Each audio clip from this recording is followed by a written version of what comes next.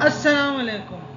Dear students, as you all know, the school were bound to suspend the academic activities as per the directives of Government of Sindh from 26th of November 2020 to 10 January 2021 due to the second wave of COVID-19. So we will be having academic activities continued through worksheets, videos and online support through Zoom and WhatsApp.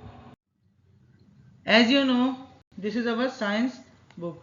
Open your book at page number 26.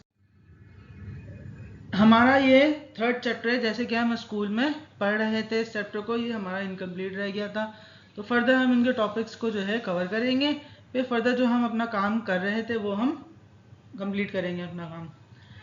Measuring temperature जो हमारा आज का topic है इस video का. हमें हमारी ज़िंदगी में हर चीज़ का टेम्परेचर मालूम करने की रहती है कि हम हमेशा टेम्परेचर चीज़ का मालूम करें, चाहे वो हॉट हो चाहे वो कोल्ड हो. तो उस टेम्परेचर बेसिकली होता क्या है? टेम्परेचर किसी भी चीज़ का गर्म या ठंडा लगना, वो टेम्परेचर कहलाता है. जैसे हमारी बॉडी है, हमारी बॉडी का ख़ास टेम्परेचर है 37 डिग्री सेल्सियस हमारी बॉडी का टेम्परेचर है. और हमारे जो टी हम लेते हैं उसका टेम्परेचर डिफरेंट होता है, हमारे एटमॉस्फेयर का टेम्परेचर डिफरेंट होता है. और इन टेम्परेचर्स को मेजर करने के लिए डिफरेंट इंस्ट्रूमेंट यूज़ होते हैं. उन इंस्ट्रूमेंट को हम क्या कहते हैं? थर्मोमीटर कहते हैं. तो थर्मोमीटर डिफरेंट चीज़ों के लिए डिफरेंट इस्तेमाल होते हैं. हमारी बॉडी के लिए जो है मरकरी जो होता है ग्लास में बंद, उससे हम टेम्परेचर चेक करते हैं.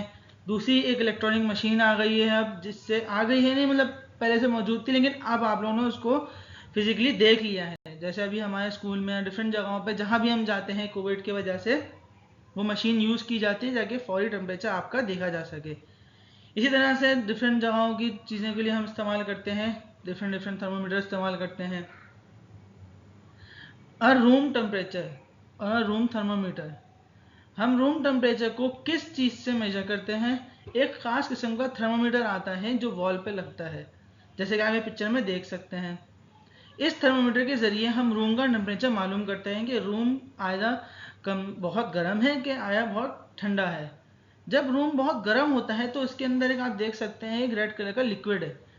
जब वो रूम बहुत ज़्यादा गर्म होता है तो वो क्या होता है, थर्मोमीटर में जो वो लिक्विड होता है एक्सपेंड होता है, ज़्यादा स्पेस लेने लगता है, जो उसकी लेवल है वो इंक्रीज़ होने लगता है. और जब हम जो है किसी कूल एरिया में लेके जाते हैं, किसी कूल रूम में लेके जाते हैं, तो वो क्या होता है ग्रेजुअली वो अपना वॉल्यूम या फिर अपना जो लेवल है वो कम करता जाता है.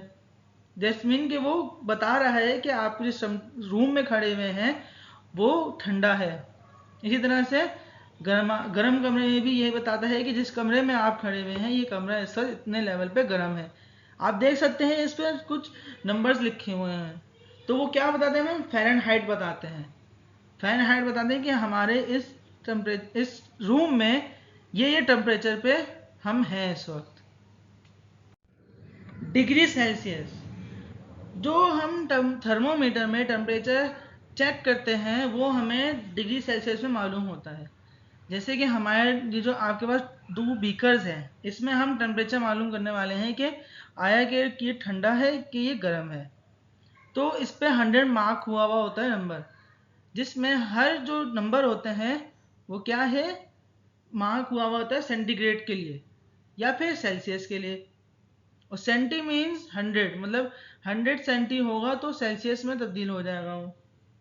इसी तरह से जब हम एक वार्म जो करते हैं, पानी को गर्म करते हैं इतना कि वो बॉइलिंग पॉइंट तक पहुंच, जब बॉयल होना स्टार्ट हो जाए तो उस वक्त उस वाटर का टेम्परेचर क्या होता है? 100 डिग्री सेल्सियस. जब उस वाटर का टेम्परेचर 100 डिग्री सेल्सियस पे पहुंच जाता है तो क्या होता है? वाटर बॉयल होना स्टार्ट हो जाता है. इसी तरह से जब हम किसी आइस क्यूब्स जो है, जो हम आइस ट्रे में जो है फ्रीज करते हैं तो वो किस डिग्री पे होते हैं? 0 डिग्री सेल्सियस पे वो फ्रीज होना स्टार्ट हो जाता है. जैसे कि आप पिक्चर नंबर 2 में देख रहे हैं, पिक्चर बी में देख रहे हैं, 0 डिग्री सेल्सियस पे है तो क्या हुआ है? यहाँ पर आइस क्यूब्स हैं, आइस क्यूब्स बन चुकी हैं और आइस क्यूब्स दिख रही हैं आपको सॉलिड फॉर्म में. और पिक्चर ए में क्या है? बॉइल्ड वाटर रखा हुआ है जिसका सेंटीग्रेड हमें क्या बताया जा रहा है? 100 डिग्री सेल्सियस दिखाया जा रहा है हमको. नेक्स्ट पेज पे आते हैं जो कि हमारे चैप्टर का लास्ट पेज है। ये देखिए क्या बना हुआ क्या है, ये एक थर्मोमीटर है जो किसके लिए इस्तेमाल होता है, हमारे सॉइल के टेम्परेचर को मेजर करने के लिए इस्तेमाल होता है। करते क्या है, इसमें जो इसकी निडल दिख रही है आपको, इसको हम सॉइल में रखते हैं तो ये हमें बताता है कि इस पर सॉइल का टेम्परेचर क्या है, आया 100 है, 40 है, 60 है, जो भी होता है वो हमें बता रहा होता है कि ये इसका टेम्परेचर है इस वक्त। और ज़्यादा इस्तेमाल कौन करते हैं, फार्मर्स इस्तेमाल करते हैं, जो खेती बाड़ी करते हैं ना वो लोग इस्तेमाल करते हैं कि वो अपने जो प्लांट जो वहाँ पर फील्ड में लगा रहे हैं उसको कितने डिग्री सेल्सियस पे मॉइस्चर चाहिए या हीट चाहिए जो कि वहाँ सॉइल में मौजूद हो पहले से, तो इस थर्मामीटर के जरिए वो चेक कर लेते हैं और फिर वहाँ पर अपना प्लांट जो है फील्ड में लगा देते हैं। Question answers and relevant exercises to be done in the class work copy. अब हम जो हमारा बकिया काम रह गया था, जो हमारा काम रिमेनिंग वर्क रह गया था वो हम कंप्लीट करेंगे। जैसे कि हमने जो है स्कूल में क्वेश्चन आंसर्स किए थे 3rd चैप्टर के कंप्लीट, अब फर्दर उससे आगे जो हमारा काम बाकी है वो अब हम इस वीडियो से देख के करेंगे। सबसे पहले हम क्या बनाएंगे, क्वेश्चन आंसर्स के बाद एक डायग्राम बनाएंगे। ये क्या है, ये वॉल थर्मोमीटर है, ये बताता क्या है कि हमारे रूम का टेम्परेचर इस वक्त क्या है। ये आप ड्रॉ करेंगे, बहुत नीट एंड क्लीन साफ सुथरी ड्रॉ कीजिएगा डायग्राम। ये आप बिल्कुल अलग पेज पर ड्रॉ करेंगे जैसे हम स्कूल में काम करते थे, लाइंस वाली जो साइड है वहाँ पर हम क्वेश्चन लिखेंगे और जो इंटरलीव पेज है वहाँ पर हम ये डायग्राम अच्छी सी neat and clean diagram draw करेंगे। देन हमारे पास आएगी फिल ब्लैंक जो हमें बिल्कुल सेपरेट पेज पे अलग से करनी है। नंबर 1 ब्लैंक है, अ सेल्सियस थर्मोमीटर हैज 100 मार्क्स। एक सेल्सियस थर्मोमीटर जो होता है उस पर जो मार्किंग हुई होती है वो 100 तक हुई हुई होती है।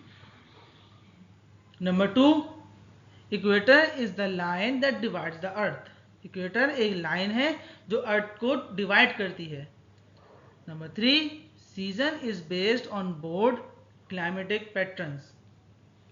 सीजन जो है ना एक बोर्ड क्लाइमेटिक पैटर्न्स बने हुए होते हैं, जिस तरह से हमने अंदाज़ा लगाया है कि सर्दी आएगी, फिर गर्मी आएंगी, फिर स्प्रिंग आएंगे, फर्दर जो चीज़ें जो हमारे ये ऑटम विंटर स्प्रिंग जो है सारे हमारे जो एक लाइन में आते हैं सीजन्स, वो सीजन हमने एक पैटर्न्स के ज़रिए अंदाज़ा लगा के बनाए थे।